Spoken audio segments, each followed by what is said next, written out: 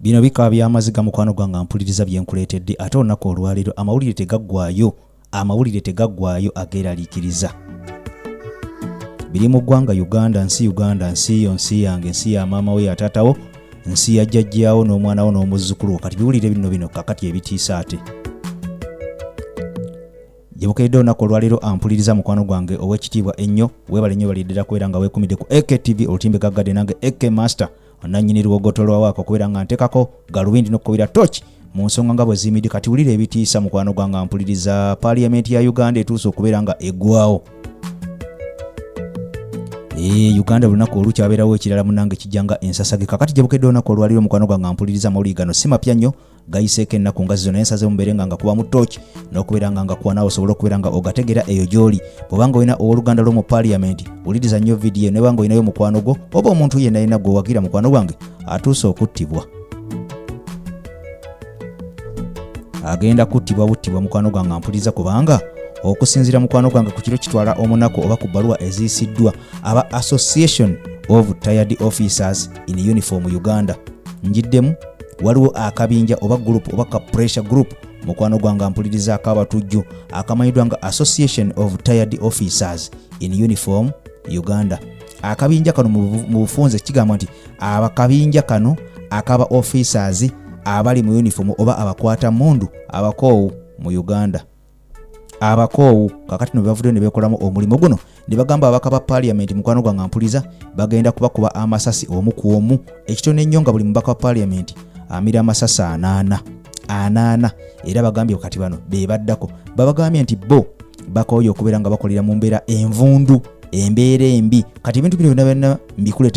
mbikuleetedde mu bujjuvu bwabyo omukwano ampuliriza, naye nga sinaba kubeera nga mbikunyonyola ebintu bino. Sooka okwate ekigalo kinyige ku vidiyo yaffe ng'enkola yaffe bweri wano ku AKTV nti vidiyo tusooka nitugiwa ekigalo, bwe tumala oggiwa ekigalo buli munnayuganda alina abajja gifuna. Gwe teekako butesi kigalo kyokka, ebisigadde obireke mukwano gwange ampuliriza bijja kwekola byokka. Kati bwanga oli mpya osubscribinga bwotyo n'okoona nekkade, kati buli vidiyo gye tuteekayo era naye obeera ogifuna bulungi nnyo ampuliriza. Kati wulira ebigambo bino munnange, ekintu kifuuse tabbu. Okutta mu Uganda kufuuse matooke kulya, okuttibwa mu Uganda kufuuse matooke kulya. Ebigambo bibino bizze si biwoomu. Akabinja kali kenkunyonyodde mukwano gwange ampuliriza akamanyiddwa nga akaba officers abakoowu abali mu uniform kavuddeyo ne kakawaŋŋamula ne kagaa nti buli mbaka wa parliament beetegereze nnyo, bagenda kumira amasasi 8 oluvannyuma lw'okubeera nga munnange bano bagamba nti embeera gye bakoleramu ba members of parliament tebagifaako. Embeera mwe bakolera bano abasirikale oba bakuumaddembe bali mu uniform, parliament yabeerabira dda. Akasente bo bafuna kawujjo kyokka bo ababaka ba parliament sente bayoola njole, naye ng'ekisinga okubeera nga kikwewunyisa nti ate abantu bano abafuna akawujjo ate be bakuuma ababaka ba parliament, be bakuuma Uganda, be bakuuma eddembe, be basula ebweru ekiro, be bakubwa enkuba, be babeera mu musana, be bagenda mu masasi ne bawona ne babeera mu ntalo ne babeera mu bibira nga balwanirira munnayuganda, naye mbw akasente ke bafuna kabi nnyo katono nnyo kawujjo nnyo. Naye nga babaka ba parliament abandi badde babakubira endulu oba babateeseza beesulidde gwa naggamba bo buli mwaka beeyongeze sente. Kakati ne bavaayo ne bagamba tugenda kuba ababaka ba parliament amasasi omu ku omu, naye nga ekitone nnyo omubaka ofuna amasasi go 4 nga tulina gwe weebuuzizzaako ojja buziwali ng'ofuna amasasi go 4. Era munnanga ababaka abamu batandisedde okubeera nga bakankana, batya n'okusula mu maka gaabwe, batandise okubeera nga baddukayo munnanga ampuliriza, basula mu zi hotel, basula mu zirogi, okusinziira ku Honorable Sarah Opendi. Ono mukwano gwange ampuliriza mukyala mu parliament y'eggwanga Uganda agamba nti munnange ye atidde okuttibwa, era nga ono y'omu ku baweerezeddwa email so si bbaluwa nti bawandise kibaluwa kitwala omunaku, email namba gye bamusindikidde. Kigambibwa nti abantu bano balina n'obubaka basindika ku WhatsApp. Omubaka bamusindikira obubaka ku WhatsApp. Tetumanyi gye bajja namba zaabwe, naye baweereza obubaka ku WhatsApp nga bakozesa ennamba okuva mu UAE, ennamba ya UAE, United Arab Emirates mu gye muyita Dubai. Kakati ennamba eyo gye bakozesa okusindikira ababaka bano obubaka obutiisatiisa ku WhatsApp. Ne baga nti muweereze obukadde 10 ku nnamba eno, ne bateekawo n'ennamba mu balina okubeera nga bateekawo obukadde obwo 10 atayagala kubeera nga attibwa. Bw'ayagala okubeera nga ottibwa munnange olemera bulemezi bukadde bwo 10. Kakati munnange kinaakutuukako, toyina gw'ogenda kunenya yadde n'omu n'akatono. kakati no gwatya okuttibwa ng'okwata obukadde 10 ng'obuteeka ku nnamba eyo gye bakugambye bakuwa ennamba naye gambye bakozesa WhatsApp nnamba ya UAE kyokka ate ne bakuwa ennamba ndoza ya Uganda kw'oteeka ssente ezo oba simanyi naye nga basindika ne email mukwano gwange ampuliriza kakati omwogezi wa poliisi nga bulijjo omusajja oyo omunene nnyo munange omuddugavu oyo mwena mumanyi olwaliro kanjogera amanyidwa nga Fred Enanga avuddeyo n'akakasa nti ebintu bino bituufu nnyo era ne poliisi ebimanyiiko era yatandise dde okubeera nga enoonyeza ku nsonga zino n'akabinja kano esobole okubeera nga ekategeera era kakolweko mukwano gwange ampuliza kaveyo kabinnyonnyole lwaki katiisatiisa ababaka Association of Retired Officers in Uniform ke kabinja kakambwe akabalumira mwoyo akavuddeyo okubeera nga munnange kayiwaayo okubeera nga kakuba ababaka bano amasasi kakati ababaka batandise okutya amaka gaabwe batandise okubeera nga bakazi baabwe babayita buyisi nti mujje munsange mu woteeri eno sisobola kudda waka wabula omusajja n'omwogezi wa poliisi avuddeyo n'akakasa n'agamba nti obukuumi bugenda kubeera nga bukyukamu bweyongere ku paaliyamenti obukuumi bugenda kubeera nga bukyukamu bweyongere ku paaliyamenti era n'emiryango gya paaliyamenti egimu basaze okubeera nga balonda gye bagenda okubeera nga bakozesa abaka bano okubeera nga babakoma nga babeera safe era ne bagamba omusajja ono agambye nti n'asaba ababaka nti nammwe mwebeereremu ng'enjogera y'omukulu Kyagulanyi Ssentamu bwe yagamba nti kwebeereramu kakati nno munnange ow'ekibonyi Robert Kyagulanyi Ssentamu yagamba nti wali atagenda kuloza ku bukambwe tewali atagenda kubeera nga akiraba kakati no yessaawa ne mu paaliyamenti kituuse mu paaliyamenti kyatuuse ddadda tired officers in the uniform balumbye dda paaliyamenti bagizinzeeko wabula jjukira bano basoose kubeera nga bakuba amasasi kati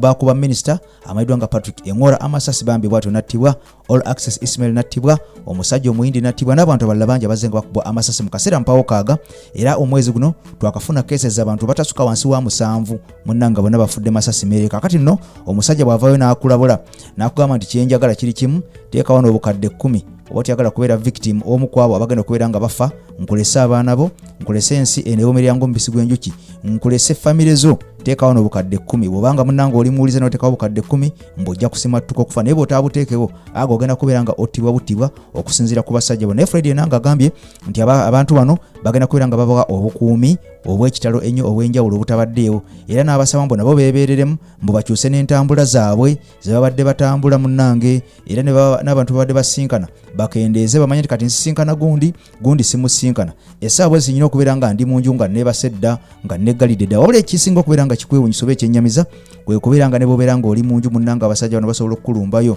kubanga ffenna tujjukira nakoledde akatambi kano ku AKTV ne nkugamba nti omukyala omwogezi wa poliisi y'ebidduka Farida Mpima ono bamulumba mu makaage abajjambula bamulumba mu makaage nga bambalidde ebijambiya omukuumi we gwe basooka okubeera nga batta era batyo ne batuuka ne bamenya olugi ne bayingira mu nju naye tebamutuusaako obulabe wabula bamubbako emitwalo 3 ne babba TV n'ebintu ebibalirwamu miliyoni endala 9 eza ssente eza Uganda ne bakuulita nabyo kakati omubaka gw'olina bukuumi ki obusinga omwogezi wa poliisi y'ebidduka Farida Mpima bw'ogenda okubeera ng'oteeka ewakaawo ne bonna bawegalira ssaawa emu ey'ekawungeezi ne weesibira mu nju abasajja bajja kujja bagimenye bayingire mu nju mukwano gwange ampuliriza njagala nnyo tujjukire omusajja yamanyiddwa nga Jeno Kazini ono yali Jeno Mulamba yakubwa akatayimbwa ku mutwe nattibwa bwe kigambibwa nti omukyala yamukuba amanyiddwa nga Duralu yamulumba mu nju ye mu kisenge gye yamukubira kakati oyo ayina abakuumi Generali Omulamba baayitawa okubeera nga omusajja ono bamutta njagala ojjukire omusajja omulala yamanyiddwa nga Minisita Kayiira munnange yattibwa bamulumba mu nju ye yali musajja Komando Mulamba ng'akulira na kiwayi kiramba eky'amagye era nga Minisita Mulamba yali akumibwa bamulumba mu nju ye ne bamutta ampuliza kakati gwe MP olina bukuumi ki obusinga obw'abasajja abo poliisi bwekwashuwali nga bwegenda okubeera nga ekuwa osobola okubeera nga munnange totibwa ate ekirala kisinza okubeera nga kikwewuunyisa abasajja abakuba abantu ffenna betulabyeko betumanyi kati ng'eyakuba omusajja omuyindi yali musajja mukuumaddembe musirikale wa poliisi kakati ng'omusajja yatta minisita Engora Patrick yali musajja mukuumaddembe w'amagye Mulamba kakati onoomanyi otya baba bakwadde okukuuma munnange bwe muli abagenda okubeera nga bakuba ku sekalotero oyo basobole okubeera nga bakusaanyaawo kati nno munnange toli safe owekibonyi Robert Kyagulanyi Ssentamu yabyogera naga nti mujja kiraba oba oli luddawa ojja kiroza kati yessa tubeere nga munnange ffenna twebeereramu n'okubeera nga tulowooza ku nsonga eyo kubanga ne poliisi etugambye nti ababaka mwebeereremu gye mubeereeyo nze mbabuulidde omukulu Fred Enanga bw'agambye mwebeereremu bwe muteebeereremu mmwe mumanyi bajja kubabobbola mujja kukitegeera nze mbagambye ate ffenna twalabye mu kuziika omusajja amanyiddwa nga Patrick Wilson Sabiti abasajja bagambye nti banyiivu bayala banyiivu nnyo era twalabye n'omwogezi w'amagye as a deputy spokesman wa UPDF Kanodeo Kik yagambye nti nabatta abantu banyiivu bakambwe bukambwe busungu bali bubi banyiivu kakati nomunanga onamanya atya omuntu omunyiivu n'atali munyiivu mwawe bakuwa okukuuma onamanya otya omuntu omunyiivu n'atali munyiivu mu bantu b'otambuliramu so kwebereramu nze AK Master kulimba gagadula AKTV gwe yagala okwerangula firimu y'ekina Uganda genda otekemu akatubagiro ku YouTube teekamu akatubagiro Bugawood Films channel maidwanga Bugawood Films teekamu akatubagiro olabe kye bayita waaka obanga walaba akasale ku Top TV kati byali biwero teekamu akatubagiro ogenda kola kye bayita waaka firimu eno ya butundu kuva katundu kasoko bagenda bigikola butundu nga 10 simanyi naye nyuvu nnyo eno tebangawo yesoose nyuvu nnyo genda yo bugenzi teekamu akatubagiro ononjulia nzenze AK Master kula AKTV News team yonna okwera ngambadde okubeera nga nkutembeta mu nsonga zino mukama katonda kunkumira liso ddene atakumira mpera tukwatagane mwaka addako bye bye